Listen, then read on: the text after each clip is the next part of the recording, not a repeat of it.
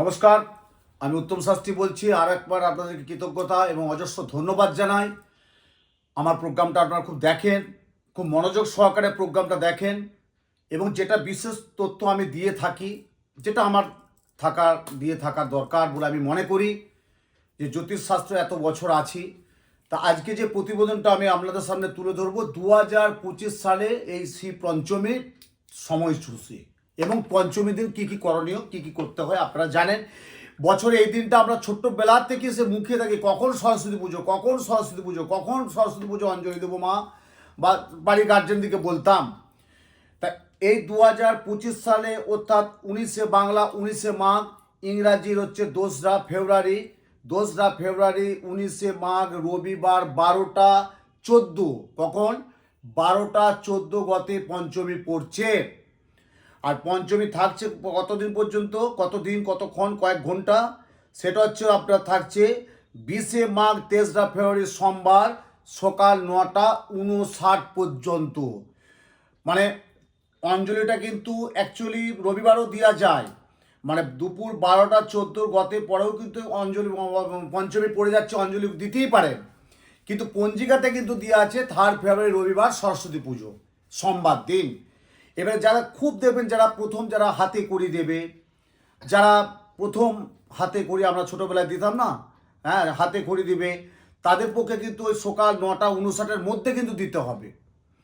আর যারা ক্লাস 5, 6, 7, 8, 9, 10 ইত্যাদি যারা আছেন তাদের পক্ষে, তারা তো দুদিনে পাচ্ছে তা সোমবার দিন 9টা 59 পর্যন্ত থাকছে সোমবার। আর রবিবার দিন যেহেতু পঞ্চমীটা পড়ে যাচ্ছে দিবা 2রা ফেব্রুয়ারি রবিবার 12টা 14 গতে, দুপুর 12টা 14 গতে পড়ছে। আর 23রা ফেব্রুয়ারি সোমবার সকাল 9টা 59 পর্যন্ত, তা সকাল 9টা 59 পর্যন্ত শিব পঞ্চমী থাকছে।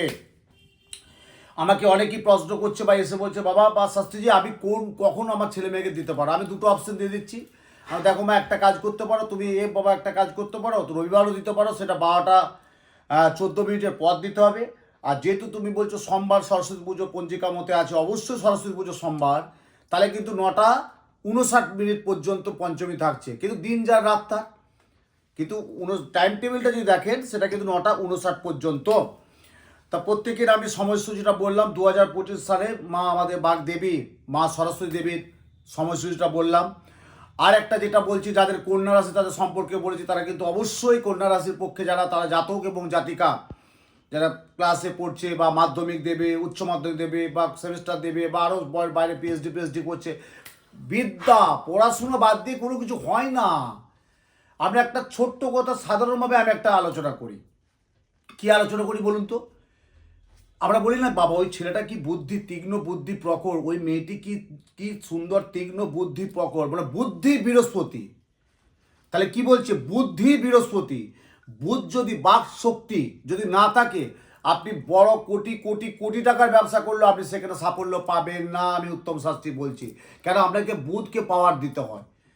অনেকেই দেখবেন, আমি অনেকেই অ্যাস্ট্রোলজার হিসেবে আমি অনেকেই দেখেছি, তো 65, 62, 66, 68 ঊর্ধ্ব মানুষ ব্যবসা করছে বিরাট হাই পাই জায়গায়, পান্না কিন্তু পড়ে আছে। আমি বললাম, তুমি পান্নাটা পড়ে আছো কেন বাবু? বলে, শাস্ত্রীজি পান্নাটা পড়ে আছি বলে আমি আজকে ব্যবসাটা এই জায়গায় রানটা করতে পারছি। আমরা সাধারণত মানুষ কি বলি, বৃহস্পতি তো ব্যবসা, একটা পোগরাজ না।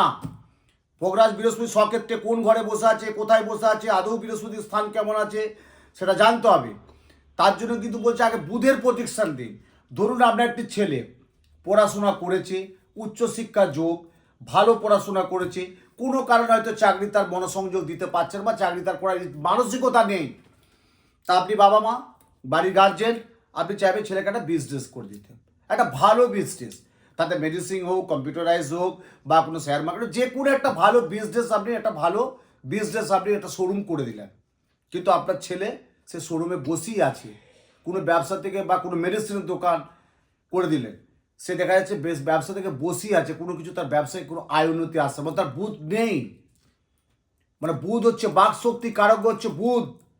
বুধ যদি না ঠিকঠাক থাকে, তাহলে বৃহস্পতি যত সক্ষেত্রেই বসে থাক না কেন, সেই জায়গায় ডেভেলপমেন্ট অর্থাৎ অর্থনৈতিক যে বিকাশ, মানে সেই জায়গাটা কিন্তু একটু ক্রমবর্ধমান কমে যাবে।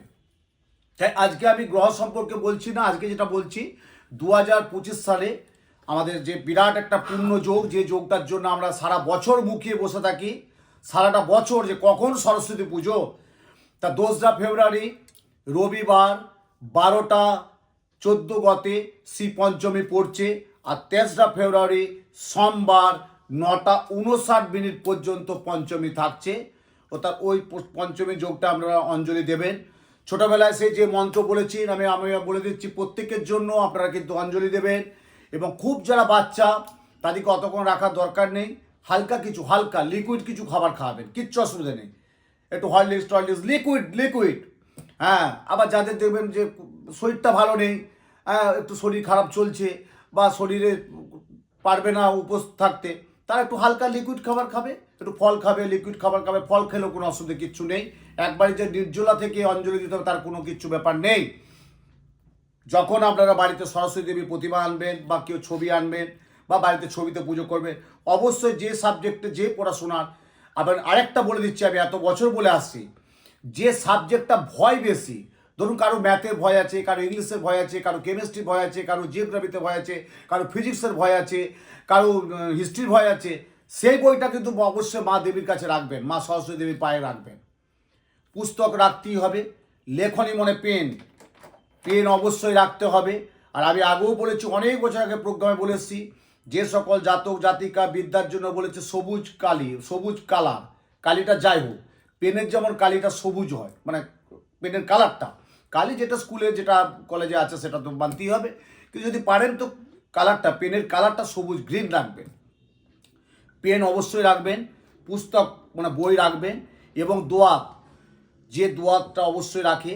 এবং যারা হাতে করে দেবে তারা তো প্রত্যেককে একটা চক এবং একটা স্লেট, ছোটোবেলায় যেটা আমরা চক স্লেটটা দিয়ে অক্ষর করেছেন হাতে করি, ঠাকুরমশাই যে মন্ত্র দিয়ে করে দিয়েছেন। এবং প্রত্যেককে আমরা জানি মা সরস্বতীর মন্ত্র, ওম জয় জয় দেবী চরাচর সারে কুচ যুগ শোভিত মুক্তাহারে বীণা রঞ্জিত পুস্তক হস্তে ভগবতী ভারতী দেবী নমস্তুতে। এই মন্ত্র অবশ্যই 3বার বলবেন। আরেকটা বলবেন, নম সরস্বতী নম নিত্রং ভদ্রকাল্যেও নমো নমঃ বেদাঙ্গ বেদান্ত বিদ্যাস্থানেভ্য এ বচ এস সচন্দন পুষ্প বিল্লপত্র পুষ্প সহিত নম সরস্বত্যই নম। এই মন্ত্রটা অবশ্যই 3বার অঞ্জলি দেবেন। আরেকটি মন্ত্র বলছি, নম সরস্বতী মহাভাগে বিদ্যে কমলোচনে বিশ্বরূপে বিশালাক্ষী বিদ্যাং দেহি নমস্তুতে। অবশ্যই 3বার মন্ত্রটা বলবেন। জয় জয় দেবী চরাচর সারে কুচ যুগ শোভিত মুক্তাহারে বীণা রঞ্জিত পুস্তক হস্তে ভগবতী ভারতী দেবী নমস্তুতে। 3বার করে মন্ত্র অঞ্জলিটা অবশ্যই দেবেন।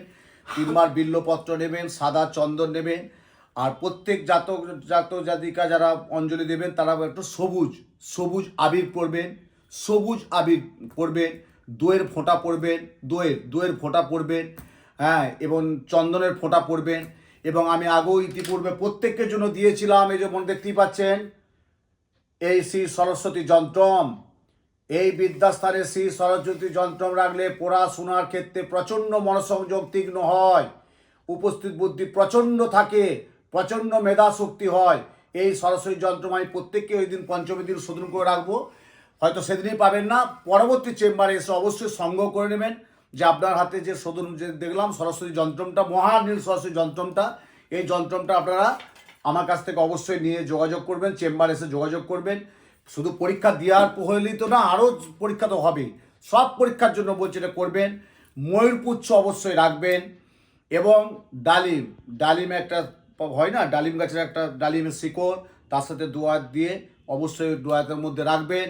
এবং সবুজ, এবং যেটা বললাম সবুজ টিপ পরবেন, দইয়ের ফোঁটা পরবেন, চন্দনের ফোঁটা পরবেন, এবং বিল্লপত্র সাদা চন্দন দিয়ে অঞ্জলিটা আহুতি অবশ্যই দেবেন।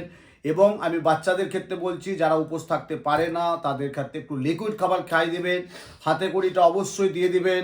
কেন এই 2025 সালের প্রত্যেককে হাতে কড়িটা দিয়ে অবশ্যই, যারা প্রথম হাতে কড়ি দেবে তাদের খুব শুভযোগ। প্রত্যেককে ভালো থাকুন।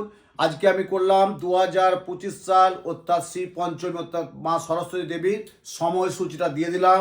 2রা ফেব্রুয়ারি রবিবার বেলা 12টা 14 গতে পঞ্চমী পড়ছে। 3রা ফেব্রুয়ারি সোমবার সকাল 9টা 59 পর্যন্ত শ্রী পঞ্চমী যোগ থাকছে। প্রত্যেকেই ভালো থাকুন, সুন্দর থাকুন, সরস্বতী পুজোর দিনটা প্রত্যেকে আনন্দে থাকুন, সুন্দর থাকুন।